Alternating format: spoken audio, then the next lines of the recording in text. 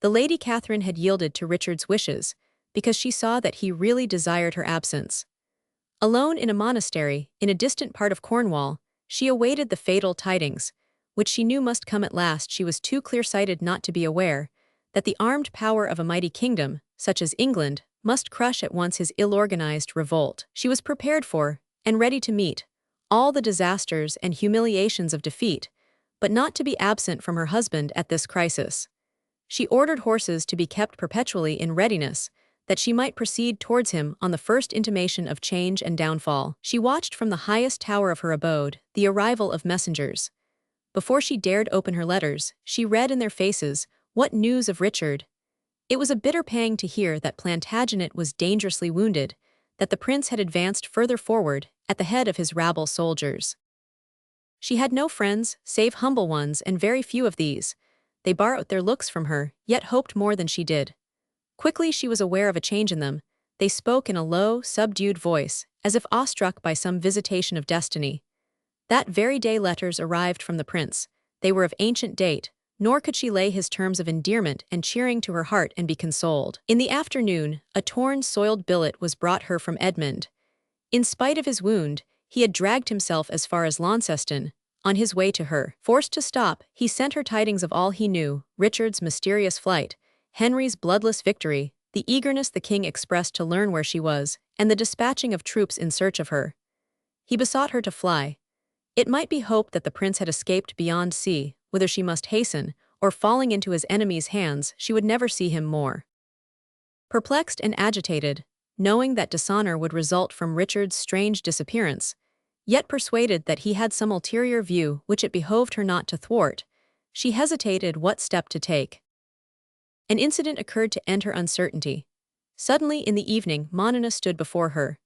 Monina came with the safety-laden Adalid to bear her to the shores of Burgundy. She brought the history of the fraud practiced upon York, of the ambush laid for his life, of his escape, and the arrival, immediately succeeding to hers, of his followers at the Abbey of Beaulieu. How the pawing and trampling of a horse at the gates had brought out the monks, who discovered the hapless prince senseless on the dark sod. He was carried in, and through her care his name was entered in the sanctuary. She had attended on his sick couch 2 days and nights, when his first return to reason was to implore her to seek Catherine, to carry her beyond Tudor's power, out of the island prison. Her father's caravel was hovering on the coast. A favoring southeast wind bore her to these shores. She came at his desire. The Adalid was there, and she might sail, not to Burgundy, but even to the spot which harbored Richard.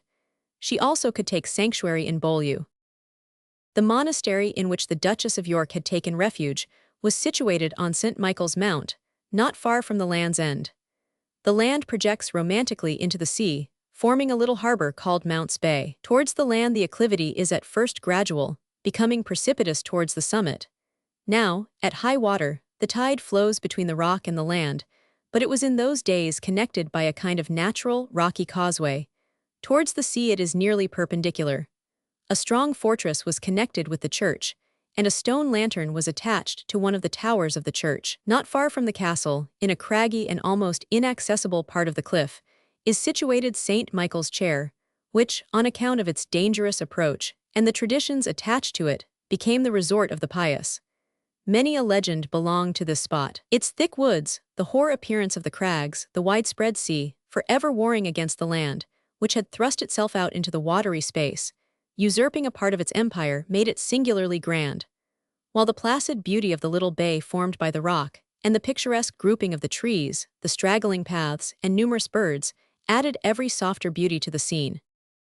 Often did Catherine watch the changeful ocean, or turn her eyes to the more grateful spectacle of umbrageous woods, and rifted rock, and seek for peace in the sight of earth's loveliness, all weighed with tenfold heaviness on her foreboding soul. For the first time, they wore to her the aspect of beauty, when now she hoped to leave them. Hope so soon to fail. A south wind had borne the caravel swiftly into the bay, but the breeze increased to a gale, and even while the ladies were making a few hasty preparations, de Ferro had been obliged to slip his moorings and run out to sea, to escape the danger of being wrecked on a lee shore. With a pang of intense misery, Catherine saw its little hull hurry over the blackening waters, and its single sail lose itself amidst the sea foam. The mariner had even on anchoring anticipated a storm. He had informed his daughter of the probability there was that he should be driven to seek for safety in the open sea, but he promised with the first favorable change of wind to return. When would this come? Fate was in the hour, nor could even Catherine school herself to patience. Evening shades gathering round them, the princess, growing each minute more unquiet and miserable, sought in some kind of activity for relief to her sufferings. "I will go to St. Michael's chair," she said. "Good spirits forever hover near the sainted spot. They will hear and carry a fond wife's prayer to the throne of the Eternal." In silence Monina followed the lady. They were both mountain-bred, and trod lightly along paths which seemed scarcely to afford footing to a goat. They reached the seat of the rock. They looked over the sea, whose dark surface was made visible by the sheets of foam that covered it. The roar of waves was at their feet. The sun went down blood-red, and in its dying glories, the crescent moon showed first pale, then glowing. The thousand stars rushed from among the vast clouds that blotted the sky, and the wind tore fiercely round the crag and howled among the trees. O earth and sea and sky, strange mysteries, that look and are so beautiful even in tumult and in storm. Did ye feel pain then, when the elements of which ye are composed battled together? Were ye tortured by the strife of wind and wave, even as the soul of man when it is the prey of passion? Or were ye unmoved, pain only being the portion of the hearts of the two human beings, who, looking on the commotion, found your wildest rage calm in comparison with the tempest of fear and grief which had mastery over them? Sickened by disappointment, impatient of despair, each remained, brooding mutely over their several thoughts. Poor Catherine, her dearest wish was set upon sharing in all its drear minuity the fortune of her lord, her gallant knight, her most sweet Richard. He was her husband. He had taken her, timid yet confiding, from the shelter of her father's roof. They had entered the young world of hope and hazard together. Custom, the gentle weaver of soft woman's tenderness, had thrown its silken net over her. His disasters became hers. His wishes and their defeat were also hers. She only existed as a part of him, while enthusiastic love made her fondly cling even to the worst that betided, as better in its direst shape than any misnamed good fortune that unlinked them. My love, my altar-plighted love, must I then wake and say no good day to thee, and sleep, my rest unbenisened by thy good night? The simple word, the we, that symbolized our common fate, cut in two, each half a nothing so disjoined. While Catherine thus struggled with necessity, Monina was given up to patience. The present hour had fulfilled its fear. Her busy thoughts fashioned 1,000 plans for his escape, or tremblingly painted a dark futurity. He was a part of her being, though no portion of herself was claimed by him. She was not his as a lover or a wife, but as a sister might be. If in this ill world such hearts conquered could exist, a sharing of fate and of affection, combined with angelic purity, as easily might she fancy animal life to survive in her body after the soul had fled. As soon imagine that the beating of her heart could continue when the living impulse which quickened its palpitations was still, as that he, her childhood's playfellow, the golden dream of her youth, the shrine at which she had sacrificed that youth, should die, and she live on in the widowed world without him. The stars glittered over their gentle heads, and the moon went down in the west. Fitful, thread-like rays were shed upon the raging sea, whose heady billows foamed and roared at their feet. Both these fair, gentle creatures remained, careless of the wild wind that swept their limbs, or the spray which, high as they stood, besprent their hair. Both young, both lovely, both devoted to one, yet confiding in the reality of virtue and purity, trusting fully each other, the one accepting the heart's sacrifice which the other unreservedly made. They watched for the Adalid, which, a plaything of the waves, was carried afar. Day dawned before they could resolve to quit this spot. Then they took refuge in the near monastery, and from its towers looked out over the sea. A few anxious hours brought the dreaded consummation of their fears. The ascent of a troop of horse up the steep told Catherine that she was discovered. Their sudden appearance before her proved that she was a prisoner. For the first time she saw the white and red rose entwined. The Earl of Oxford was announced to her as their leader, and he soon appeared to claim his prize. Catherine received him with dignified sweetness. She conquered her ill fate by smiling at its blows, and looked a queen, as she yielded herself a slave. The watching of the night had all disordered her dress and deranged her golden tresses, but her wondrous fairness, the soft molding of her face, her regal throat and arched open brow, bending over her intelligent yet soft blue eyes, her person majestic, even in its slim beauty, were tokens of a spirit that in destitution must reign over all who approached it. Her first words, to ease the awestruck earl, were an entreaty to be conducted to the king. She showed more earnest desire than he to present herself to her royal victor. In a very few hours they had descended the mount, and hastened out of hearing of the roar of the ocean, which had so cruelly deceived her hopes. In her eyes could only be read the mastery she had obtained over her thoughts. No lurking weakness betrayed fear or even disappointment. Surely yet she cherished some dear expectation. Yet how, lost to liberty, could she hope to attain it? But thus we are, while untamed by years. Youth, elastic and bright, disdains to be compelled. When conquered, from its very chains it forges implements for freedom. It alights from one baffled flight, only again to soar on untired wing towards some other aim. Previous defeat is made the bridge to pass the tide to another shore, and if that break down, its fragments become stepping stones. It will feed upon despair and call it a medicine which is to renovate its dying hopes. Chapter 49. Richard surrenders. For when Symuckles saw the foul reproach, which him appeached, pricked with noble shame, and inward grief, he fiercely gan approach, resolved to put away that loathly blame, or die with honor in desert of fame. Spenser. After the prince, by the voyage of Monona, had, as he hoped, provided for the escape and safety of the Lady Catherine, he could not, all weak as he was, remain in repose. From his early childhood, he had been nurtured in the idea that it was his first, chief duty to regain his kingdom. His friends lived for that single object. All other occupation was regarded as impertinent or trifling. On the table of his ductile boyish mind, that sole intent was deeply engraved by every hand or circumstance. The base-minded disposition of his rival king adorned his cause with a show of use, and the name of virtue. Those were days when every noble-born youth carved honor for himself with his sword, when passes at arms were resorted to whenever real wars did not put weapons in their hands, and men exposed their breasts to sharp-biting steel in wanton sport. Often during his green and budding youth Richard had gloried in the very obstacles set before him. To be cast out and forced to redeem his state was a brighter destiny than to be lapped in the bosom of guarded royalty. The treason of Clifford and the sacrifice of devoted friends but whetted his ambition. Vengeance, the religion of that age, being a sacred duty in his eyes. He had been shaken by Lord Surrey's appeal, but cast the awakened pity off as a debasing weakness.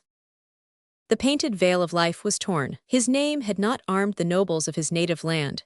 His cause had not been trumpeted with praise nor crowned by victory.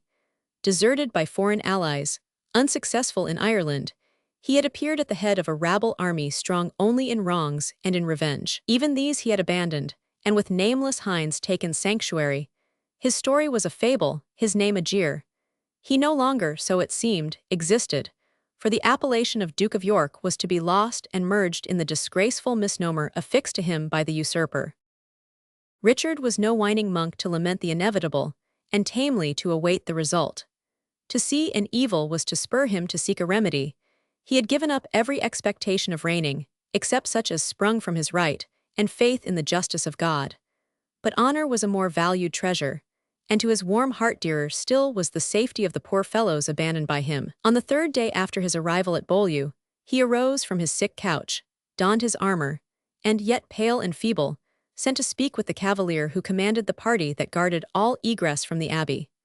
With him he held long parley, in conclusion of which Sir Hugh Luttrell directed 3 of his followers to be in readiness, and 2 of his chosen horses to be led to the abbey gates. Richard took leave of the abbot. He recommended his poor followers to him, and lightly answered the remonstrance of the holy man, who thought that delirium alone could urge the fugitive to quit the tranquil, sacred spot, where he himself passed his days in quiet, and which held out so secure a protection to the vanquished. His remonstrance was vain. One word weighed more with Richard than a paradise of peace. Infamy, dishonor. No, even if his people were safe, by throwing himself in the self-same peril to which he had apparently exposed them, that stain were effaced. The very gentleman to whom he had surrendered himself had trespassed on his allegiance to Henry to dissuade him from the foolhardihood of his adventure. It was a sight of pity to see one so very young walk voluntarily to the sacrifice, and the princely mien and youthful appearance of the self-constituted prisoner wrought all to compassion and respect. For still this fair white rose was in the very opening flower of manhood. He looked, after such variety of fortune, as if evil not only never had, but never could tarnish the brightness of his spirit or of his aspect. Illness had a little enfeebled him, without detracting from his youthful beauty, giving rather that softness which made it loveliness, yet painted fairer by his self-immolating resolve. A sweet regard and amiable grace, mixed with manly sternness, did appear, and eagerness withal, for eager he was, even to almost foolish haste, to redeem the lost hours, and establish himself again no runaway. With fresh joy he addressed himself to retrace his steps to Taunton, sanctuary and refuge from death. Oh, how he trampled on the slavish thought! Death was to him a word, a shadow, a phantom to deride and scorn, not an enemy to grapple with.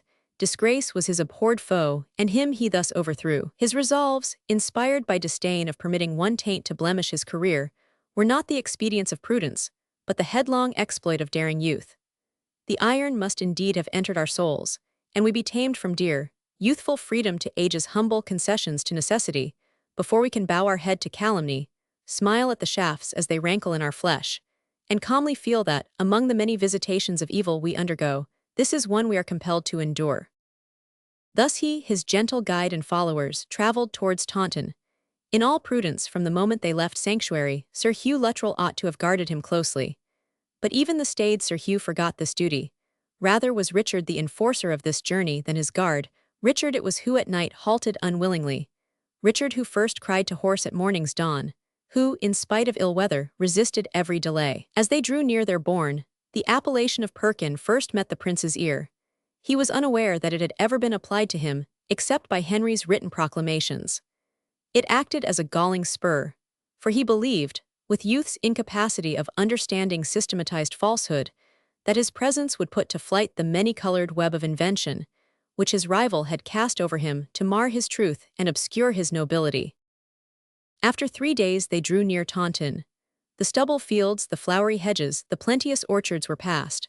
From a rising ground they looked upon the walls of the town, and the vacant moor where his camp had stood. Richard halted, saying, "Sir Knight, I will await you here. Do you seek your king? Say, I come a voluntary sacrifice, to purchase with drops of my royal blood the baser tide of my poor followers. I demand no more, bid him rear the scaffold. Let the headsman sharpen the axe, to lop off the topmost bough of Plantagenet. The price I ask is the despised lives of men, who, but that they loved me, were incapable of merit or of crime in his eyes. For their humble sakes, like my grandfather York, I am prepared to die. If pledge of this be denied me, I still am free. I wear a sword and will sell my life dearly though alone." Sir Hugh Luttrell was perplexed. He knew the stern nature of his royal master, and how heavily he would visit on him any disappointment in his dearest wish of obtaining possession of his rival's person. The prince had, during their 3 days' companionship, gained great power over him. He felt that he was in truth the son of Edward IV, a man he had never loved, for Sir Hugh was a Lancastrian, but one whom he had feared and obeyed as his sovereign. How could he put slavish force upon his gallant offspring? He hesitated, till the prince demanded, "Wherefore delay? Is there aught else that you desire?" "You pledge your knightly word," said Sir Hugh, "not to desert the spot. Else wherefore am I here? This is idle. Yet so to content you, I swear by my vow made under the walls of Granada, by Our Lady, and by the blessed saints, I will abide here." The knight rode into the town with his followers, leaving young Richard, impatient for the hour that was to deliver him to servitude. Sir Hugh first sought Lord Daubeny, requesting him to obtain for him instant audience of the king. "His Grace," said the noble, "is at vespers, or about to attend them." "I dare not wait till they are said," replied Luttrell, who every minute felt the burthen of responsibility weighing heavier on him. "Nor I interrupt his majesty, even now he enters the church." In haste Sir Hugh crossed the street, and as the king took the holy water from the chalice he knelt before him. The few words he spoke painted Henry's face with exulting gladness. "We thank thee, good Sir Hugh," he said, "and will make our thanks apparent. By the mass, thou hast deserved well of us this day. Where hast thou bestowed our counterfeit? Please your majesty, he awaits your highness's acceptance of his conditions without the eastern gate. You have placed strong guard over him. He pledged his oath to await my return. He is alone." A dark, angry frown chased all glee from Tudor's brow. Bending a stern glance on his erewhile welcome messenger, He commanded Lord Wells, his cousin, to take a strong force and to seize this Duke of Runaways. Sir Hugh, timid as he was, interfered.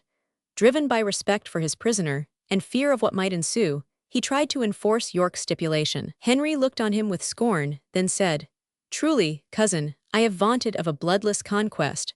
So let not the blood of the misborn traitor stain our laurels, nor Sir Luttrell's Duke Perkin shed one precious ruby drop. Say aye to all he asks, for as it seems his demands are as foolish as himself and need no chaffering. Tell him that his life is safe, but bring him here, set him within our ward and limitation. Do this, while we with a Te Deum thank our Heavenly Father for his watchful mercies. Sir Hugh, accompany our cousin, and then wend your way whither it please you. We have no pleasure in your presence." Thus duped, even by his own generous, proud spirit, the Duke of York became a prisoner, delivering up his sword, and yielding himself an easy prey to his glad victor. Once, twice, thrice, as he waited the return of Luttrell, it had crossed his mind not to fly, his vow being pledged, but to remember that he was now free and unconstrained, and would soon be in others' thrall. When farewell to the aspiring thought, the deed of arms, and to the star of his life, to whose idea now his purpose was accomplished, he fondly turned. "Poor Catherine," he whispered, "this is the crown, the fated fallen youth the seer foretold." In aftertimes that scene dwelt on his memory. He called to mind the evening tide, for the sun was down, and the clouds, lately gold besprent, waxing dun as the town walls grew high and dark, and the few trees about him waved fitfully in a soft breeze. That wind was free, and could career over the plain. What spell bound the noble knight and stalwart steed, that they coursed not also free as it? In a few minutes he was a prisoner, and led within those darksome walls. At first, treated with some observance, he was unaware, as is the case in any new position, with whose circumstances and adjuncts we are unacquainted, how utterly he had fallen. He was led to no barred prison, and for a time, the nobles and knights who flocked to see him were no bad exchange for the motley crew he had quitted. But as if in a dream, he felt gather round him impalpable but adamantine walls. Chains hung upon his limbs, not the less heavy, because the iron pierced his soul rather than his flesh. He had been a free man, his name was attended with love and respect, and his aspect commanded the obedience of men. Now the very appellation given to him was a mortal insult. A stranger seemed to be spoken to when he was addressed, and yet he must answer. He was never alone, and night was the sole suspension from the insulting curiosity of the crowd. He must forgo himself, grow an impostor in his own eyes, take on him the shameful name of Perkin, all which native honor and memory of his princess bride made trebly stinging. To barb the dart came intelligence that the Lady Catherine was a prisoner.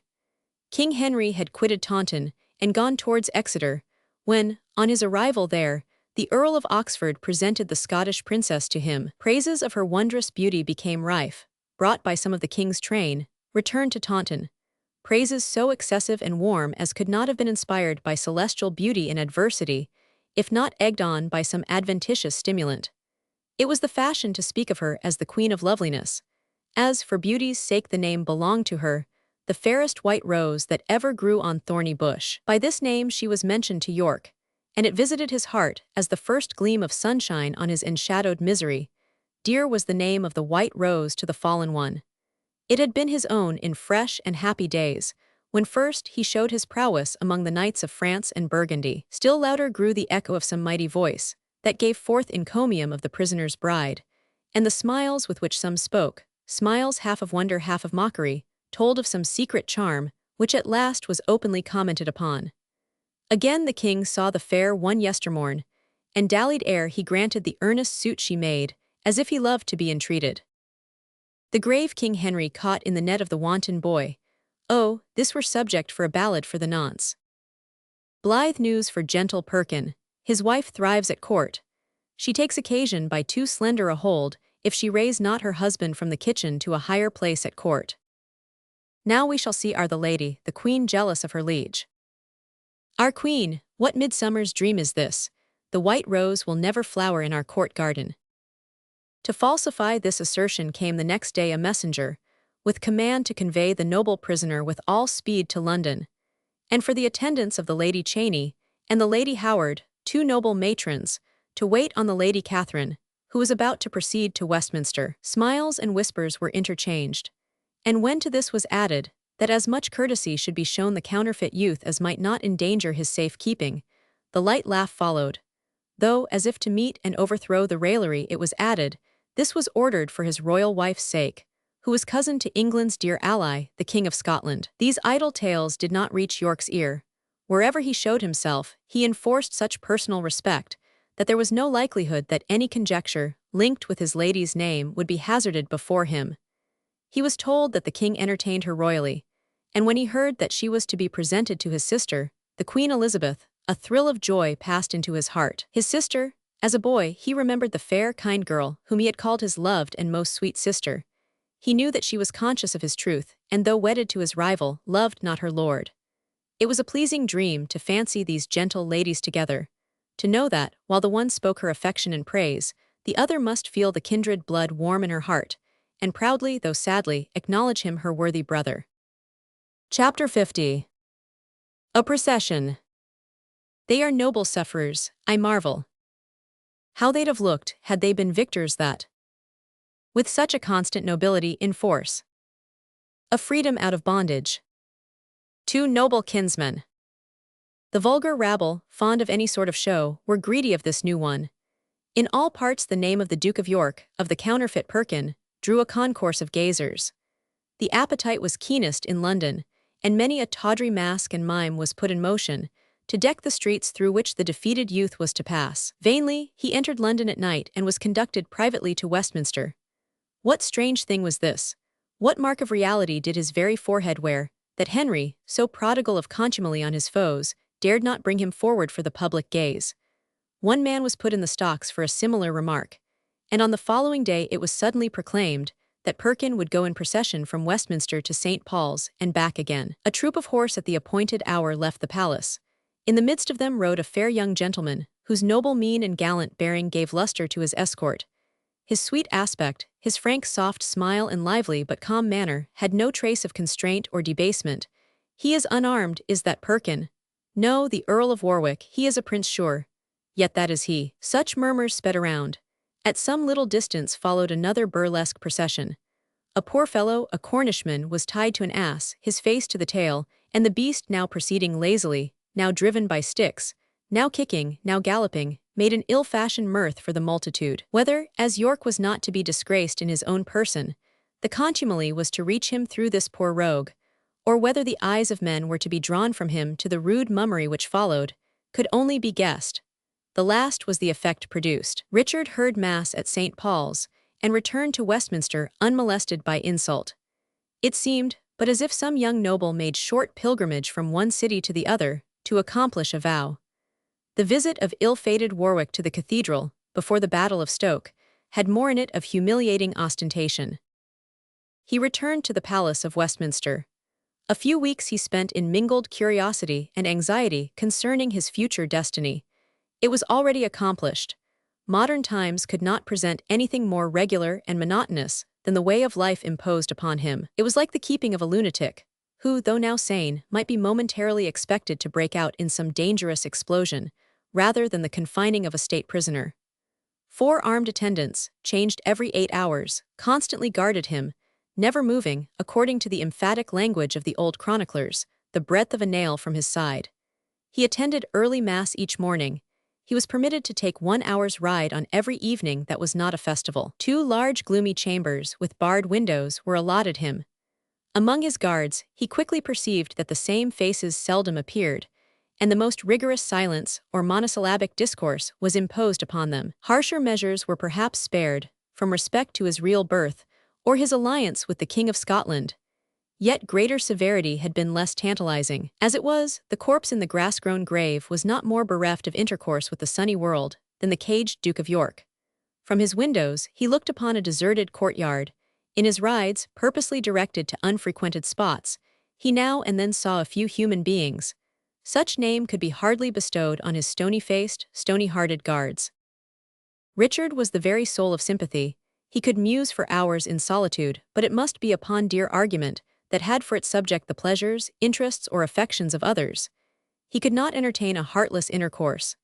Wherever he saw the human countenance, he beheld a fellow creature, and duped 1,000 times and 1,000 times deceived, still he must love. To spend the hour in sportive talk, fondly to interchange the gentle offices of domestic life, to meet peril and endure misery with others, to give away himself and then return to his inner being, laden like a bee with gathered sweets, to pile up in his storehouse, memory, the treasured honey of friendship and love, and then away to nestle in the bosom of his own dear flower, and drink up more or gaily to career the golden fields, such was his nature, and now this was worse loneliness, this commune with the mutes of office, to be checked by low-born men, to feel that he must obey the beck of an hireling. A month, interspersed with hopes of change, he had endured the degradation, now he began to meditate escape. Yet he paused. Where was Catherine? Where his many zealous friends? The Lady Catherine was in an apartment of the palace, whose arched and fretted roof and thick buttresses were well adapted to impart a feeling of comfortable seclusion from the rough elements without. The dullness of dark November was gladdened by a huge wood fire. The little Prince of Wales was narrating some strange story of fairyland, and Bluff Harry was setting two dogs to quarrel, and then beating his favorite for not conquering, which seeing, his sister Margaret drew the animal from him to console and caress it. The gentle queen bent over her embroidery. Listening she was to her favorite Arthur, interrupting him with playful questions and exclamations, while Catherine now kindly attended to the boy, now turned anxiously at every sound. She rose at last. Surely vespers are ringing from the abbey. My lord the king promised to see me before vespers. My lord the king is very gracious to you, sweet one, said Elizabeth. Methinks by nature he is gracious, replied the princess. At least, I have ever found him so. Surely the shackles of state are very heavy, or ere this he would have granted my prayer, which he has listened to so oft indulgently. The queen smiled faintly, and again pursued her work with seeming earnestness. Was it jealousy that dimmed the silk of her growing rosebud by a tear, or what name shall we give to the feeling? Envy we may not call it, she was too sweetly good, which now whispered, even he, the cold, the stern, is kind to her, my brother loves her passionately, and many a lance has been broken for her. Happy girl, happy in adversity, while I, England's miserable queen, am forgotten even by my fellow prisoner of Sheriff Hutton, poor Warwick. He might have been my refuge. For the rest, how hard and rocky seem all human hearts to me. Her tears now flowed fast. Catherine saw them. She approached her saying, Dear and royal lady, none should weep methinks but only I whose mate is caged and kept away. None sigh but poor Kate, whose more than life hangs on state policy, or is it for him these tears are shed? Still Elizabeth wept. Accustomed to the excess of self-restraint, timid, schooled to patience, but with the proud, fiery spirit of a Plantagenet, tamed, not dead within her, she could be silent, but not speak by halves. The very natural vivacity of her nature made her disdain not to have her will, when once it was awaked. She struggled against her rising feeling, she strove to suppress her emotion, but at last she spoke, and once again, after the 10 years that had elapsed since her mother's imprisonment, truth was imaged by her words. To none could she have addressed herself better. The life of the Scottish princess had been spent in administering balm to wounded minds. The same soft eloquence, the same persuasive counsels, that took the sting of remorse from her royal cousin's conscience, was spent upon the long-hidden sorrows of the neglected wife, the humbled woman. From her own sensitive mind she culled the knowledge which taught her where and how peace and resignation were to be found. The piety that mingled with her talk was the religion of love. Her philosophy was mere love. And it was the spirit of love, now kindling the balmy atmosphere of charity to many, now consented in one point, but ever ready to soothe human suffering with its soft influence, that dwelt upon her lips and modulated her silver voice. Elizabeth felt as if she had wandered long in a wolf-haunted wild, now suddenly changed to a fairy domain, fresh and beautiful as poet's dream. Timidly, she feared to set her untaught feet within the angel-guarded precincts. The first effect of her new friend's eloquence was to make her speak. After years of silence, to utter her very inner thoughts, her woman's fears, her repinings, her aversions, her lost hopes and affections crushed, she spent her bitterest words, but thus it was as if she emptied a silver chalice of its gall, to be refilled by Catherine with heavenly dew. The weeks of baffled expectation grew into months. It is a dreary portion of our existence, when we set our hearts upon an object which recedes as we approach, and yet entices us on. The king's courtesy and smiles, and evident pleasure in her society, gave birth to warm hopes in the bosom of the princess. She had asked to share her husband's prison. She had besought to be permitted to see him. It seemed, from Henry's vague but consolatory answers, that tomorrow she would receive even more than her desires. The disappointment of the morrow, which she lamented bitterly at first, then grew into the root whence fresh hopes sprang again, to be felled by the cruel axe, again to shoot forth. The sickening sensation of despair crept over her sometimes. Her very struggles to master it enfeebled her, and yet she did conquer all but the hard purposes of the tyrant. Now a messenger was to be dispatched to Scotland, now he expected one thence, now an embassy from Burgundy. He implored her patience, and talked back the smiles into her saddened countenance. He was almost sincere at first, not in his excuses, but in his desire to please her at any sacrifice. But this disinterested wish grew soon into a mere grasping at self-gratification. In a little while he hoped she would be persuaded how vain it was to expect that he should set free so dangerous a rival, and yet he did not choose to extinguish all her anticipations. For perhaps then she would desire to return to her native country, and Henry would have sacrificed much to keep her where he could command her society. Thus he encouraged her friendship with the Queen, though he wondered how one so wise, so full of reflection and reason as Catherine, could love his feeble-minded wife. The king underrated the talents of Elizabeth. This hapless woman had perceived that contention was useless, she therefore conceded everything without a struggle. Her energies, spent upon endurance, made her real strength of mind seem tameness, but Catherine read with clearer eyes. We are all and each of us riddles, when unknown one to the other. The plain map of human powers and purposes helps us not at all to thread the labyrinth each individual presents in his involution of feelings, desires, and capacities. And we must resemble, in quickness of feeling, instinctive sympathy, and warm benevolence, the lovely daughter of Huntley, before we can hope to judge rightly of the good and virtuous among our fellow creatures. The strangest sight of all was to see Henry act a lover's part. At first, he was wholly subdued. So easy as tea, appease the stormy wind. Of malice, in the calm of pleasant womankind. Even generosity and magnanimity, disguises he sometimes wore the better to conceal his inborn littleness of soul, almost possessed him. For a moment, he forgot his base exultation in crushing a foe, and for a moment dwelt with genuine pleasure on the reflection that it was in his power to gratify her every wish, and to heap benefits on one so lovely and so true. When first she was presented to him, in all the calm majesty of her self-conquering mood, her stainless loveliness had such effect that surely he could deny her nothing, and when she asked that no foul dishonor should be put upon her lord, he granted almost before she asked.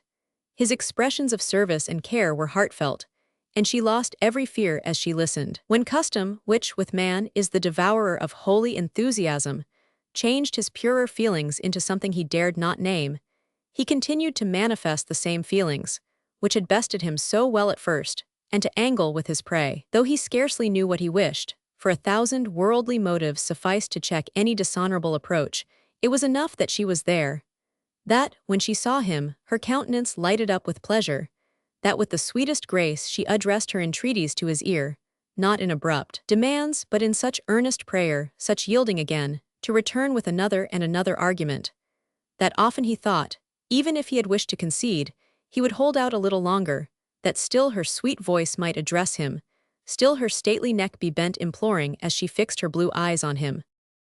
It was very long before the artless girl suspected that he had any other intent but to consent at last to her supplications.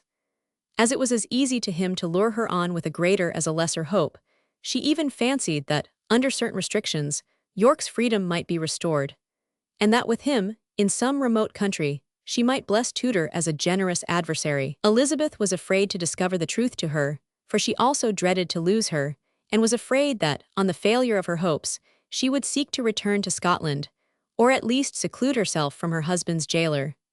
Monina first awoke her to the truth. Monina, who had been to Brussels, to consult with the Duchess Margaret and Lady Brampton, and who came back full of projects for her friend's escape, heard with amazement and scorn the false lures held out by Henry. She impatiently put aside every inducement for delay, and with rash but determined zeal, framed many a scheme for communicating with him and contriving means for his flight. He himself, the chained eagle, was sick at heart. No word, no breath, no hope, had all forgotten him. Was he yet living, erased from the lists of memory, cut off from the beloved beings in whom he had confided through their own act, no longer a part of their thoughts, their lives themselves? Stood he alone in this miserable world, allied to it by hate only, the hate borne to him by his foe, Such gloomy misgivings were so alien to his nature that they visited him as cruel iron torture visits soft human flesh. That she, the life of his life, should be false and cold, each friend forgetful, Monina Plantagenet all. Oh, to stretch his quivering frame upon burning coals had been to slumber on a bed of roses, in comparison with the agony these thoughts administered. His calmer moods, when he believed that, though tardy, they were true, were scarcely less painful. Then the real state of things grew more galling. The bluntness or silence of his keepers, their imperturbable or rude resistance to his questions, the certainty that if one answered graciously, that one he should see no more. Often he felt as if he could not endure his present position 1 hour longer. Fits of hope, meditations on escape, checkered his days, so that all was not so dark, but the transition from one emotion to another, each to end in blank despair, tasked his mercurial soul. Patience died within him. He might perish in the attempt, but he would be free. Urged by Monina, by her own awakening fears, and above all by the keen burning desire of her heart, the Lady Catherine became very importunate with the crafty monarch to be permitted an interview with her lord. Henry was in no mood to grant her request.